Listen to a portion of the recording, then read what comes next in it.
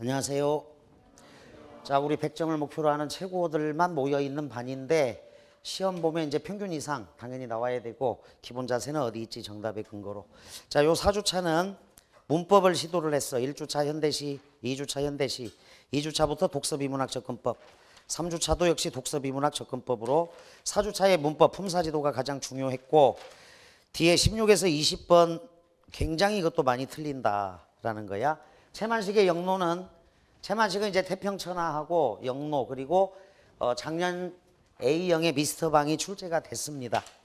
영로는 지나가는 길 이런 뜻이야.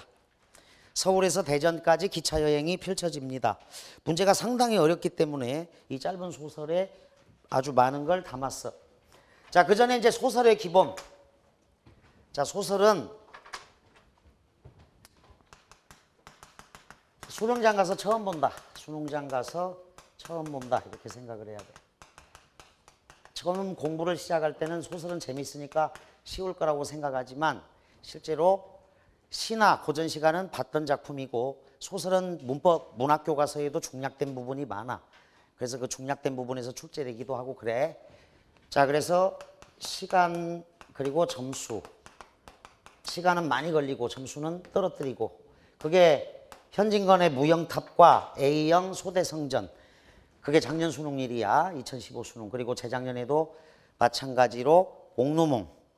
그리고 작년 6월 평가원의 모래톱 이야기, 9월 평가원의 유충열전. 이게 굉장히 많은 시간을 빼앗았고 점수를 떨어뜨리는 그런 요인이니까 자, 처음 보는 소설을 어떻게 접근할 것인가를 배워야 돼. 무영탑도 마찬가지. 소대성전도 EBS에서 나왔네요 이러지만 제시문이 완전 달라. 소설의 3요소가 뭘까?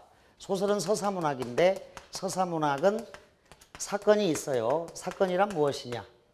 인물이 행동하는 것이다. 이렇게 정리를 한다. 인물의 행동을 따라가라. 그러면 당연히 시간의 흐름은 있죠. 서사가 무엇이냐? 시간의 흐름 이렇게만 알고 있으면 안 돼. 시간의 흐름이 있는 글들은 인과적으로 설명되는 글. 그 다음에 과정. 거기도 시간의 흐름이 있어. 여러분들 1m 정의 배웠죠? 1m 정의 기억나지? 그래서 1m가 4번 바뀌잖아. 그 과정에도 시간의 흐름은 있기 때문에 서사에만 시간의 흐름이 있는 것은 아니다. 소설의 3요소가 뭘까? 소설의 3요소. 인물, 사건, 배경. 소설의 3요소. 소설의 3요소.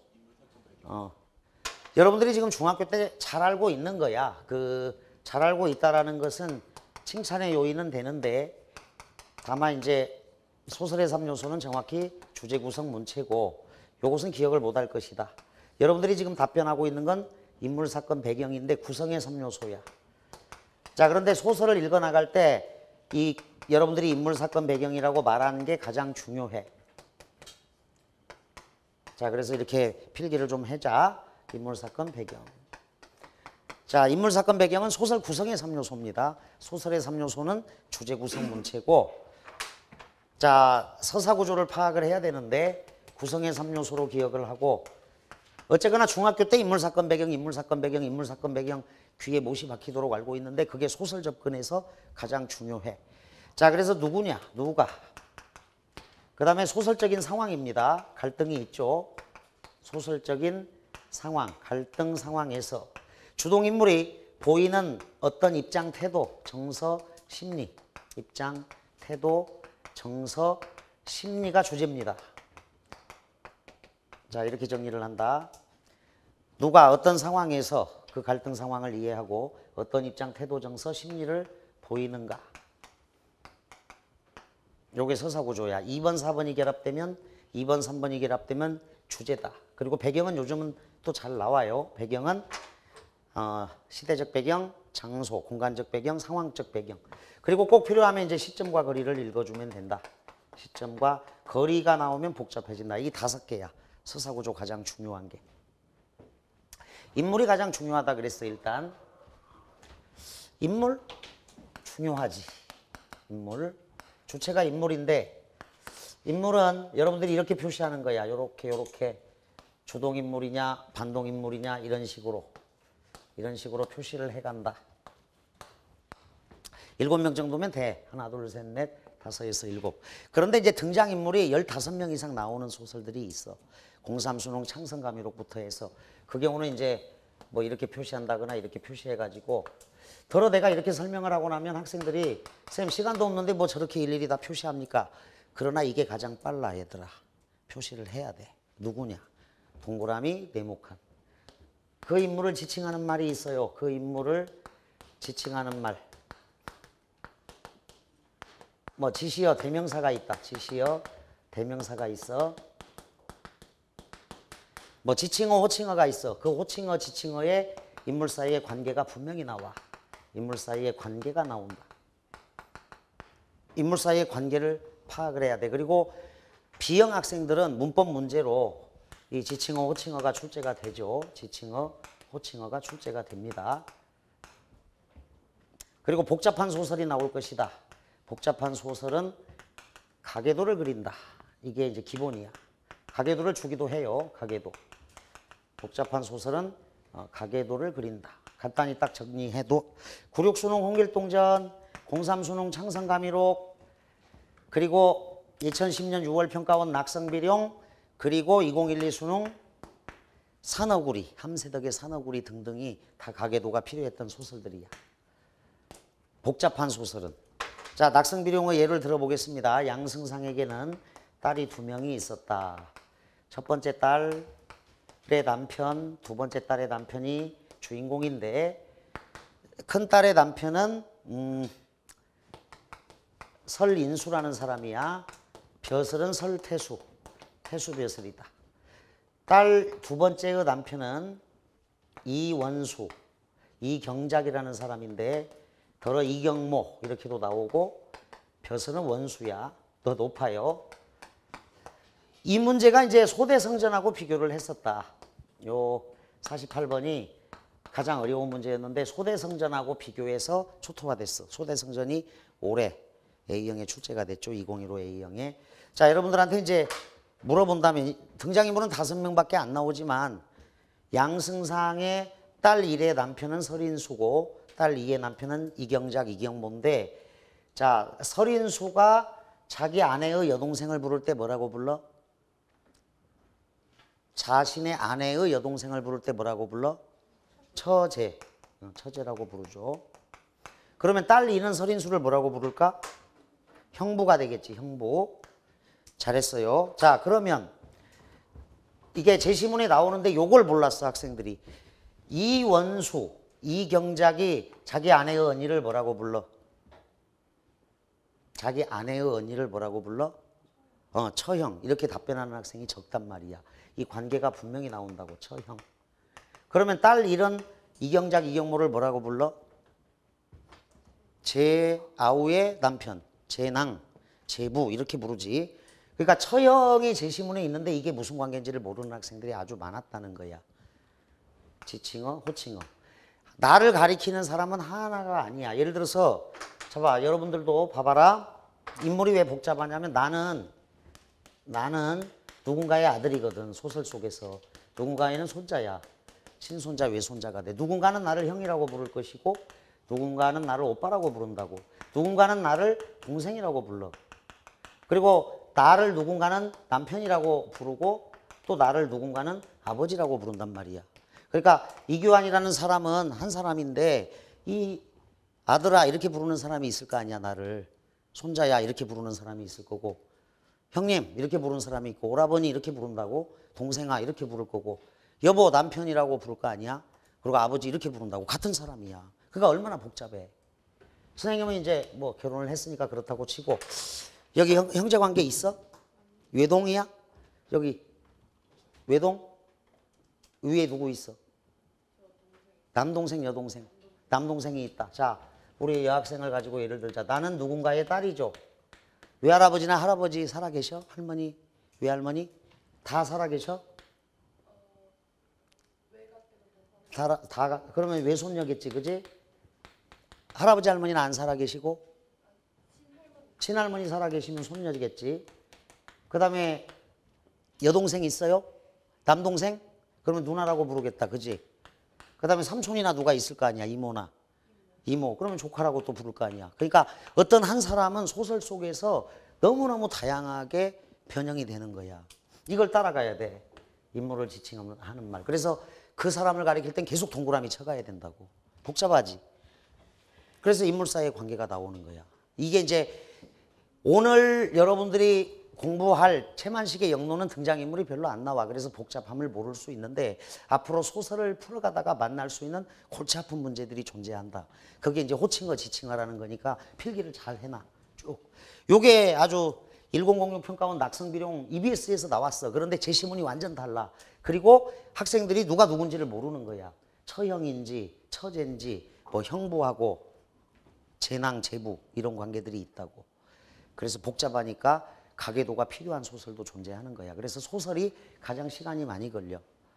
5분 30초에 끝내야 되는데 13분 막 이렇게 걸리는 소설들도 있어. 특히 2003년 수능이야. 창성가미록하고 관촌수필이 아주 골치 아팠다. 필기 잘 해두고 복습할 때 활용을 해. 그리고 나한테 대입을 시켜봐. 이런 식으로. 그래서 그 사람을 지칭하는 말, 호칭어는 아주 다양할 수 있다라는 거야. 자, 그러면 이제 요거는 등장인물은 대신 좀 적습니다. 우리 학생들은 이제 17, 18, 20번을 많이 틀렸고 특히 20번이 아주 어렵죠. 그러나 이제 이 소설을 쉽게 접근할 수 있는 비결은 19번 문제야. 19번 문제. 오늘 지금 소설 처음 접근하는 거야. 근데 이제 내가 요 최만식의 영로를 수업을 한 다음에 그 5주차에 있는 심생전 이걸 해도 이제 고전소설 쪽이잖아. 역시 많이 틀려. 그래서 작심하고 소설이 나오면 수능장에서 처음 만나는 것이고 어렵다라는 거야. 들어간다. 여거대합시는 낮과 아침부터 서울과 부산과 호남선이 실어다 붙인 승객으로 콩나물동이를 이루었다. 자, 이건 사람이 아주 많았다는 뜻이야, 얘들아. 인산이네. 입추의 여지가 없다 이런 관용어가 나올 수 있어. 입추의 여지가 없다. 여기서 송곳 세울 틈도 없다 이런 뜻이 됩니다. 여기 추가 송곳추야. 사람이 엄청나게 많았다는 얘기죠. 보통이를 깔고 앉아 혹은 가만히 복을 자리 삼아 앉아 있는 사람, 자는 사람, 그 중에도 절창은 투전판이 벌어져 있는 것이었다. 자, 절창. 자, 무슨 뜻이야? 절창? 뛰어난 노래 이런 뜻입니다. 그래서 18번에 1번 압권으로 바꿨어요. 압권은 가장 잘 지은 책이나 작품이니까 문맥으로 바꾸어 쓸 수 있습니다. 압권하고 절창은. 그런데 제시문에서 절창은 투전판이 벌어져 있는 것이었다 이랬으니까 결국 반어죠. 반어. 여기서 절창의 의미는 꼴불견 이런 뜻이야. 꼴불견은 투전판이 벌어져 있는 것이었다. 풍자가 있습니다. 저런 걸 보면 조선 사람도 제법 대륙적인 풍모가 있단 말이야. 대륙적인 풍모 역시 반어야. 자, 중국 사람들은 기차를 타고 막 3박 4일, 4박 5일 이렇게 여행을 떠나. 그러니까 심심하잖아. 그래서 투전판을 자주 벌였다는 건데 여기서 이제 중국 사람다운 풍모 이런 정도의 의미인데 반어야. 정거장 대합실에서 지리한 차 시간을 지루한으로 고친다. 지루한 차 시간을 투전을 뽑으면서 밤을 드새고. 냉소적 풍자가 있습니다. 냉소적 풍자가 있다.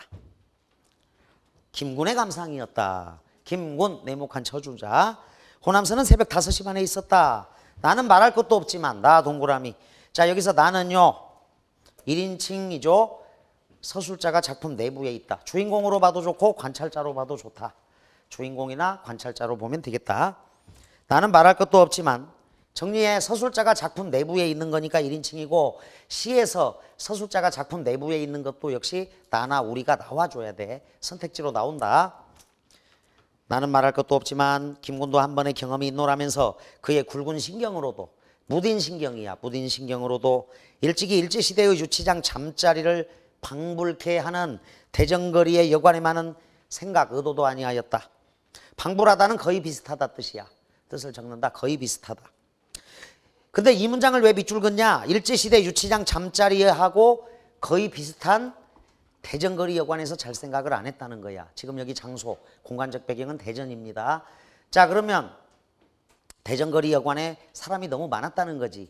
그리고 일제시대 유치장에도 아주 조선 사람들이 많았다는 거지. 시대 배경 뭐야?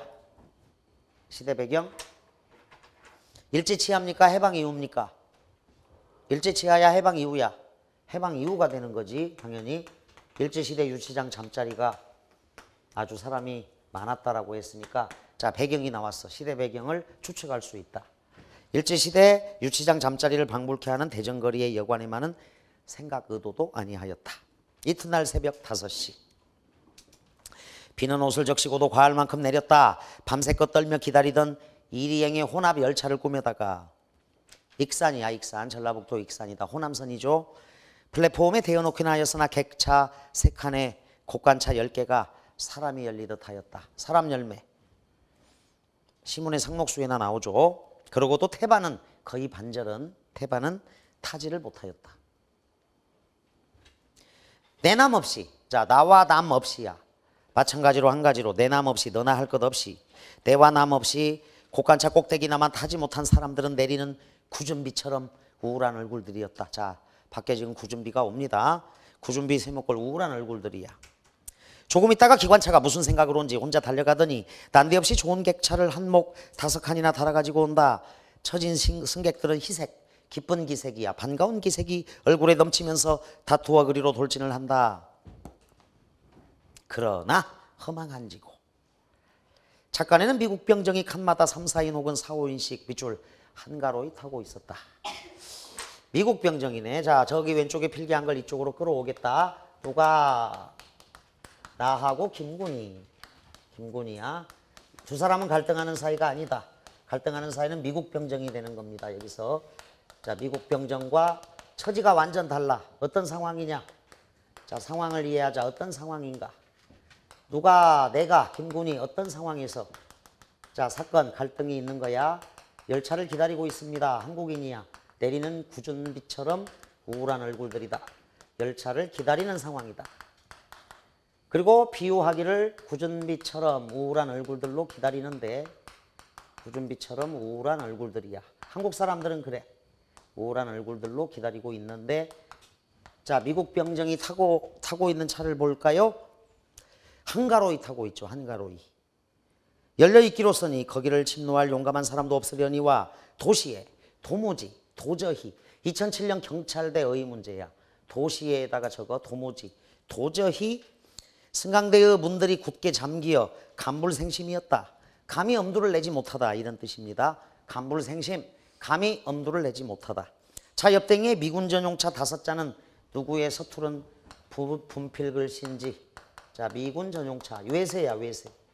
지금 우리가 일본에서 해방된 지 얼마 되지도 않았다. 일본 식민지도 지긋지긋한데 미국 놈들이 와서 설쳐대네 이런 생각을 합니다. 조선 사람들은. 그래서 지금은 반미 감정하고 이 당시 반미 감정은 많이 달라요. 한가로이 타고 있죠. 사람들은 그래도 행해하는 생각에 이리 달리고 저리 달리고 앞뒤로 끼웃거리면서 그 옆을 분주히 맴돌이 하기를 맞지 않는다. 아마 구경이 하염직하여 서리라. 미국 병정 하나가 닫긴 승강대의 문을 열고 서서 고요히 완상을 하고 있다. 감상을 하고 있다. 감상, 완상 저거 취미로 즐겨 구경하다. 자, 그러니까 지금 미군 전용차는 한가로이 타고 있고 창문을 열고 고요히 완상을 하고 있는 상태야. 따라서 구준비처럼 이 우울한 얼굴들하고는 완전 달라. 구준비처럼 우울한 얼굴들하고 완전히 극명하게 대조가 되는 거야. 등장인물과 지금 상황이 딱 대조가 되는 거다. 이거를 나중에는 지금은 선생님이 이제 세세하게 이렇게 다 필기를 해서 같이 접근하는 방법을 배워가는 거고 처음 보는 소설도 나중에는 이제 읽기만 해도 빡빡 나와야 돼. 바로바로. 이 과정이 필요 없는 건너뛰는 어떤 읽으면서 바로 파악되는 과정까지 연습을 해줘야 돼. 여러분들이. 그러자 좀 반늙은이 하나가 그 앞으로 찡긋거리고 가더니 예전 같으면 여보 영감상. 자, 영감은 당상관 이상의 높은 벼슬아치야. 조선시대 당시만 하더라도. 그런데 이제 일제치하 때는 뭐 검찰이나 이렇게 이 일본 놈들 중에 벼슬 높은 놈들 영감님 이렇게 불렀고 남자 노인으로 두루 확대되어서 쓰이는 게 이제 뭐 이 무렵 일이라고 할 수 있어. 어쨌거나 나으리 손윗사람 벼슬이 높은 사람한테 영감상 우리 좀 탑시다 하는 식으로 째립니다. 손으로 자기를 가리키죠. 다시 착간을 가리킵니다. 근천스러운 미소와 굽실거리기야. 근천스러운 미소와 대등병렬이다. 굽실거리기. 자, 그런데 18번에 3번 선택지를 한번 보세요. 여러분들이. 근천스러운 미소와 굽실거리기. 굽실거리고 있는데 친근한 미소라고 하니까 안 맞죠. 뭐가. 친근한 미소와 대통령이 국민들 앞에서 또는 지지자들 앞에서 친근한 미소하고 좀 달라. 기차를 얻어 타려고 하는 거야. 자, 요거는 매년 수능에 나와. 대등병렬이다. 대등병렬은 매년 수능에 나온다. 자, 영어에도 늘 나오네. and나 but, or, die의 대등 접속사. not only, also, be 상관 접속사가 있죠. 명사는 명사끼리, 형용사는 형용사끼리야. 그리고 내용상으로도 대등병렬이 지켜져야 돼. 내용상으로도. 투부정사 and, 투부정사 쉼표, 그 다음 동명사로 나온다고. 문제가. 철수와 순이만 돼. 철수와 영희가 되죠. 예쁘고 아름다운 됩니다. 그런데 예쁘고 철수와 귀여운 이런 문장은 안 된다고. 가장 기초적인 거야. 대등병렬의 사례. 요거를 고쳐준다. 이주일 울고 웃긴 30년. 늘 예로 드는 문장이야.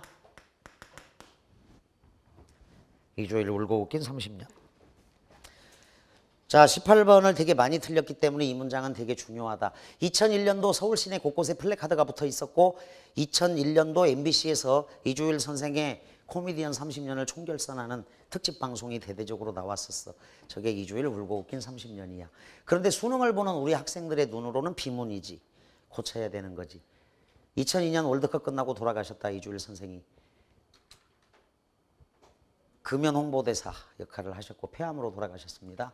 자, 고치자. 앞에 이주일이 엉엉 울어요, 혼자. 그리고 여기는 관객을 웃깁니다. 그러니까 안 맞는 거지. 이해되지? 고쳐봐. 울고 웃긴 30년을. 참고로 다른 반에서 고치라고 했더니 3주일, 4주일 이렇게 고쳐갖고 나한테 맞았어. 어떻게 그렇게 고칠 수가 있지? 울리고 웃긴 30년 잘 고쳤습니다. 자, 대등병렬이 되려면 여기가 이희리기 우구추 사동접사죠. 관객을 웃겼다는 거잖아. 웃게 만들었다. 그러면 울게 만들어야지. 그래서 이렇게 고치는 게 맞아. 울리고 웃긴 30년. 아주 잘 고쳤어. 바로 나오죠. 들어 이렇게 고친 학생이 있어. 저 혼자 울고 저 혼자 웃은 30년 이렇게 고친 학생이 있는데 문맥상 안 맞지. 울고 웃은 30년은 울리고 웃긴 30년. 대등병렬 문제는 B형은 13번, 15번 문법에서도 나와. A형은 15번. 그리고 이렇게 소설 같은 데서 비문학 같은 데서 꽤 많이 나오는 문제야. 대등병렬은 중요해. 작년 YTN을 보다 보니까 유병언과 도피한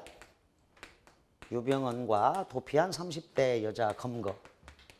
순간적으로 이게 선생님은 아 유병언 잡혔구나 이렇게 판단을 했어. 중의적으로 이제 보일 수가 있는데 유병언이 잡혔구나. 그리고 도피한 30대 여자도 잡혔구나. 이렇게 생각을 했는데 중의적인 거야. YTN 자막이야. 여러분들은 이런 자막을 보면 방송국에다 막 욕을 한 바가지나 해줘야 돼. 멍청한 PD들 이러면서. 수능을 보는 학생들은 정확한 문장이 필요한 거야. 그러면 방송국에서 욕 실컷 얻어먹고 선물을 보내줘요. 상품권을. 고쳐줘야 돼 여러분들이. 자, 고쳐봐 이거. 유병언도 검거되었고 도피한 30대 여자도 검거되었다는 것 같단 말이야. 내용은 뭐야? 유병언 검거 안 됐죠? 그러니까 요게 지금 대등병렬처럼 보이는 게 문제지. 유병언과 여자 검거잖아. 그런데 원래는 뭐야? 유병언과의 과가 대등병렬이 아니라 유병언과 함께 도피했던. 끊어줘야지. 쉼표가 유병언과 도피한 그 여자를 수식하는 거지. 쉼표가 있고 없고가 이렇게 차이가 나는 거야. 유병언과 도피하는 30대를 수식하는 게 아니라 바로 뒤에 나오는 게 아니라 그 다음에 나오는 걸 수식하고 정확한 문장이라면 유병언과 함께 도피했던 30대 여자만 검거했다는 뜻이야. 그래서 여자만 이때 보조사를 쓰면 돼. 보조사. 이 단독 보조사를 써줘야 돼. 유병언과 도피한 쉼표 30대 여자만 검거했다. 이렇게 고쳐줘야 된다고. 대등병렬 알겠어요? 그러니까 비굴한 미소와 굽실거리기가 있는데 그게 왜 친근한 미소와 굽실거리기냐. 궁상스러운 미소는 그래서 비굴한이다. 비굴한 미소와 굽실거리기는 맞지. 궁상스러운 미소와 굽실거리기는 맞지. 친근한 미소와 굽실거리기는 안 맞잖아. 친근한 미소와 뭐 인자한 웃음 이러면 몰라도 친근한 미소와 인자한 웃음 이러면 몰라도 거기 친근한 미소와 굽실거리기는 안 맞다고. 대등병렬에 위배되는 거야. 그러니까 예쁘고 아름답고 예쁜 이런 건 좋은데 아름답고 뭐 밥맛인 예쁘고 뭐 싸가지 없는 이런 거 안 맞는단 말이야. 뭔가 이 형용사끼리도 같은 레벨 위상 문맥이 맞아야 된다고. 무조건 and로 연결해서 될 문제가 아니다라는 거지. 자, 이건 잘 기억해도 대등병렬이야. 대등병렬. 자, 그래서 18번을 근천스런 미소와 굽실거리기를 비굴한 미소와 굽실거리기, 궁상스러운 미소와 굽실거리기 이렇게 바꿔준다. 자, 근천스러운 미소, 비굴한 미소와 굽실거리기를 거듭한다. 그에 대하여 미국병정의 대답은 가운데 손가락을 들어 착꼭대기를 가리키는 것이었습니다. 자, 요거야, 요거. 가운데라고 적어. 요게 꼭대기에 타라는 뜻이 아닌 거 알지, 여러분들? 여기서는 꼭대기 타라는 게 아니고 나하고 김구는 지식인이라고. 그러니까 지금 그 다음 문장 보면 왜 기분이 엄청 나쁜지 안다고. 김구가 나는 무심코 발길을 멈추고 서서 보다 문득 아니 볼 것을 본 것 같은 회오, 깨달음이 얼른 얼굴을 돌려버리잖아. 됐지? 회오야, 깨달음이 얼른 얼굴을 돌렸다. 외세에 짓밟히는 민족적 자존심, 이렇게 정리해야 돼. 외세에 짓밟히는 민족적 자존심 때문에. 그게 얘들아 19번 문제야. 그나마 이게 쉬워. 이 소설 접근하는데 키워드가 있어. 소설도 비교적 쉽게 풀 수 있는 문제가 있어서. 19번 A의 이유, 어떻게든지 기차를 타려고 하는 노인의 모습이 심히 불쾌하여서. 나도 기차 타야 합니다. 노인만 타야 되는 거 아니죠. 2번 노인을 공경할 줄 모르는 외국인에 대한 반감을 누를 수 없어서. 그런데 노인 공경 문제 아니죠. 촌반늙은이라고 했잖아. 그래서 민족적 자존심의 문제다. 3번 시대상을 반영하는 눈아프 광경에 민족적 자존심이 손상되어서. 정답 맞지?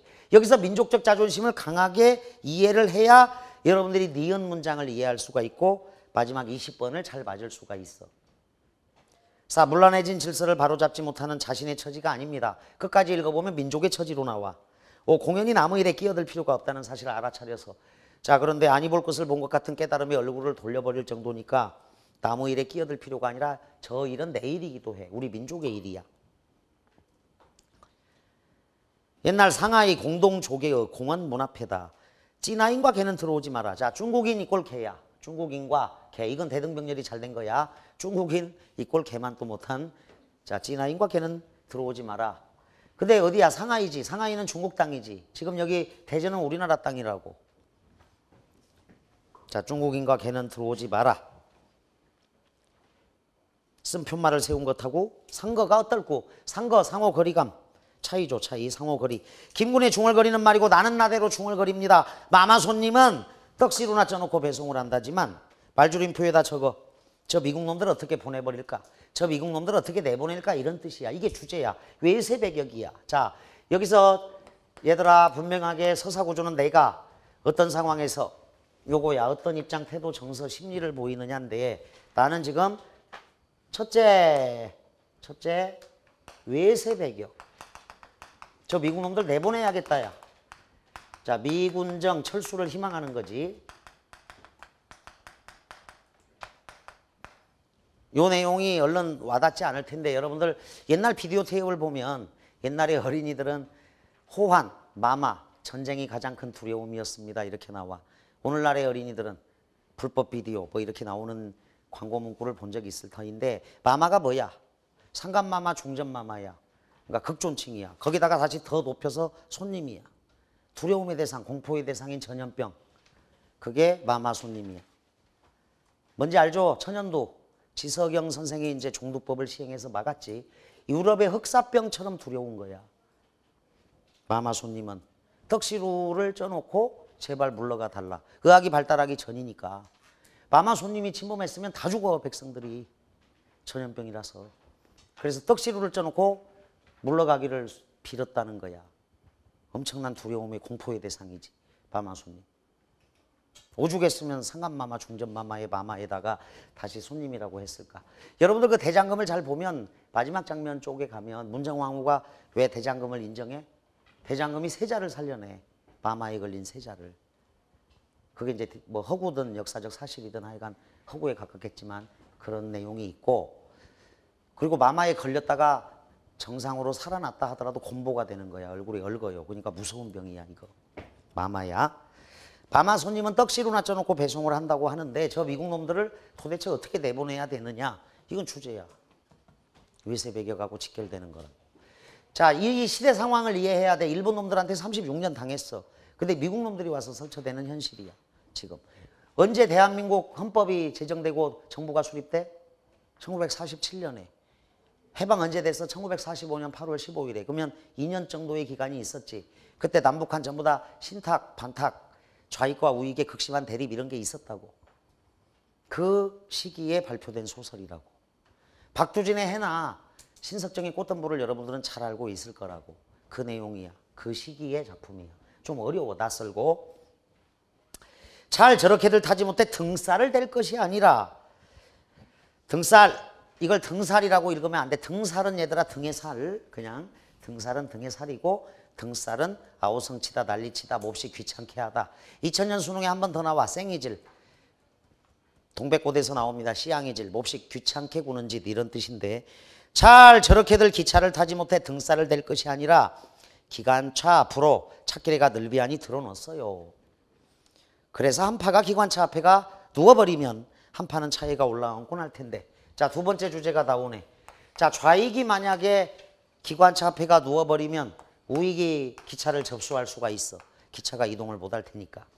또는 우익이 기관차 앞에가 누워버리면 좌익이 가서 접수할 수가 있어. 이때 시대 배경이 해방 직후의 혼란상이거든. 그래서 민족 내부의 단결을 촉구하는 거야.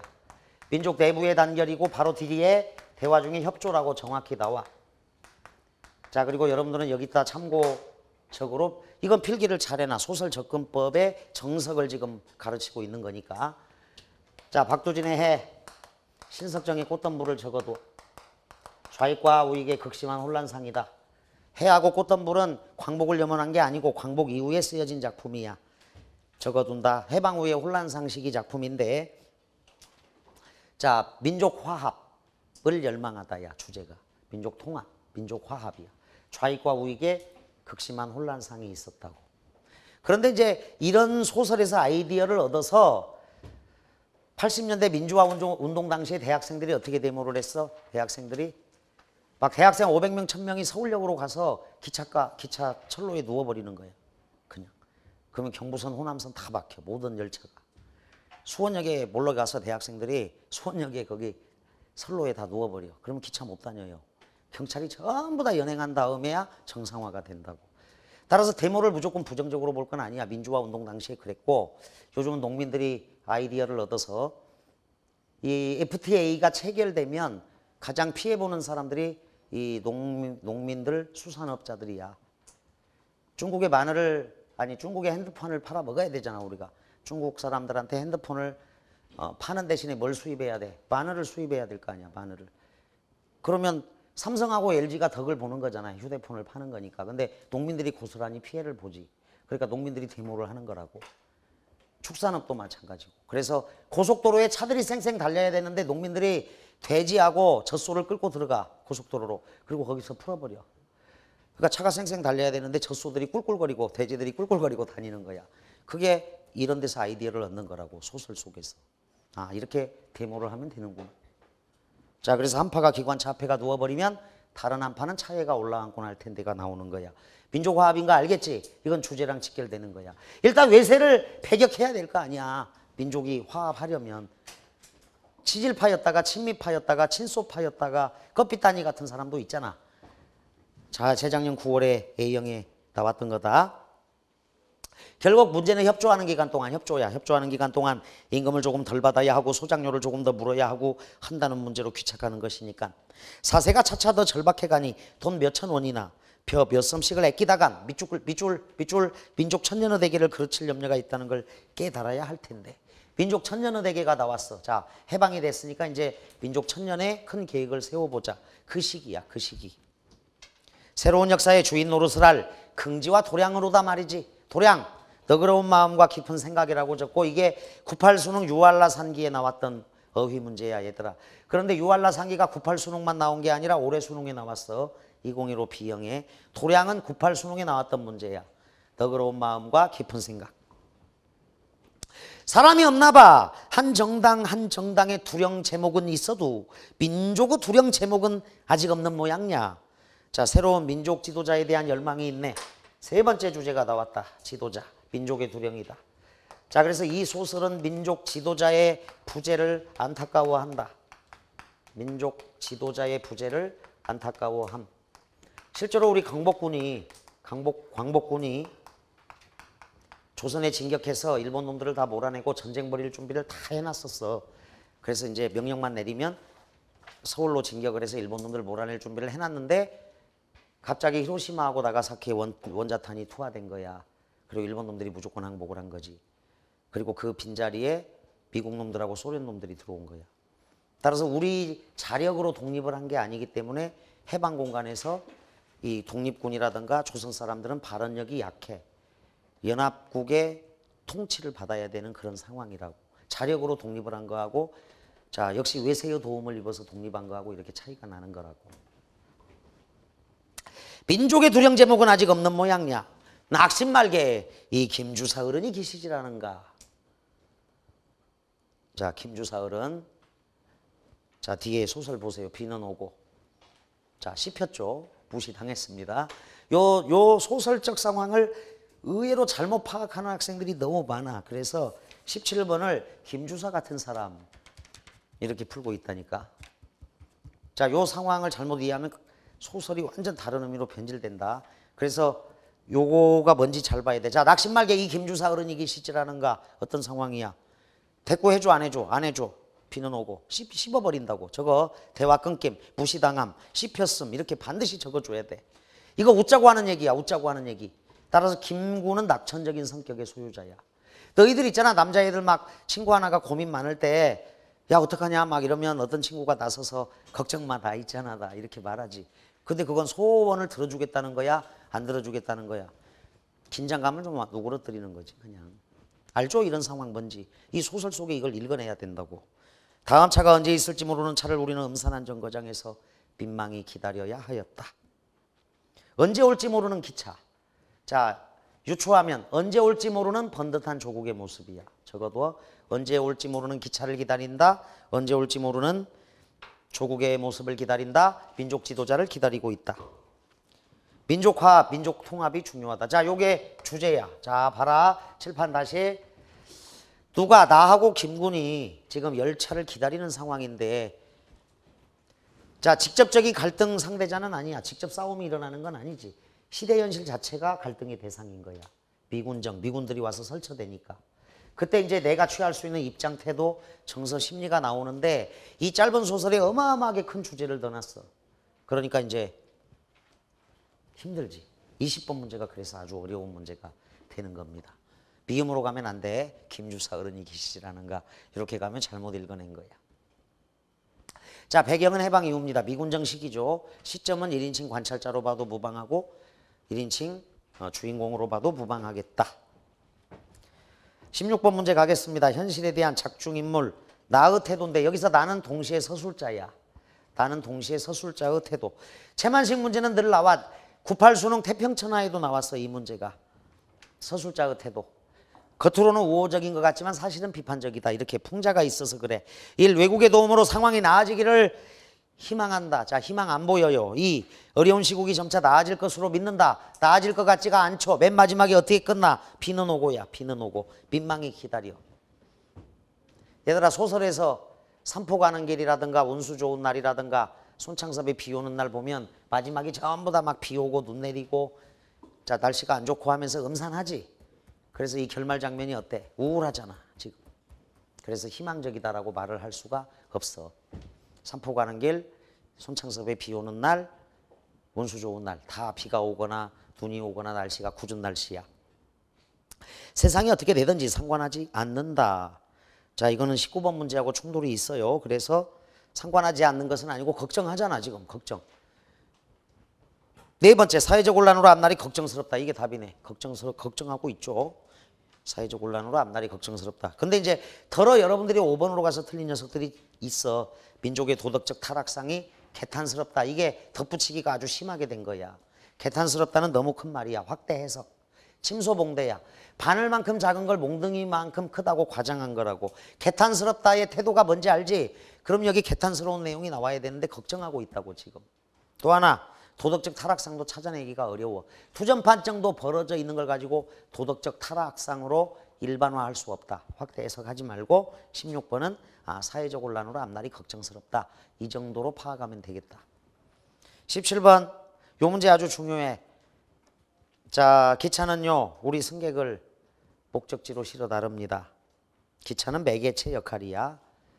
96 수능의 현대시, 2004 수능의 현대시에 그 복수정답 파동이 있었던 문제들이 다 여기서 이 문제에서 파생된 거야. 참고로 저거 96 수능 현대시, 2004 수능 현대시 문제가 이거야. 기차의 역할. 요게 이제 새의 역할이야. 새의 역할. 그리고 의원의 역할. 백석의 고향에서 의원의 역할이 된다고. 따라서 우리 민족을 바람직한 민족의 장래로 이끌고 갈 매개체는 민족의 두령이죠. 결국 민족 지도자야. 그러니까 이거 4번이 답이면서 주제 찾을 수 있지. 19번 근천스런 비굴한 궁상스러운 찾았지. 상거 차이 좋아. 등살 성화. 한 500년 사자는데 웬 등살이요. 웬 성화요야. 19번 나도 기차 타야 된다. 민족적 자존심. 자, 20번 문제가 이걸 차분하게 혼자 풀어도 정답률이 50% 안팎이야. 굉장히 어려운 문제야.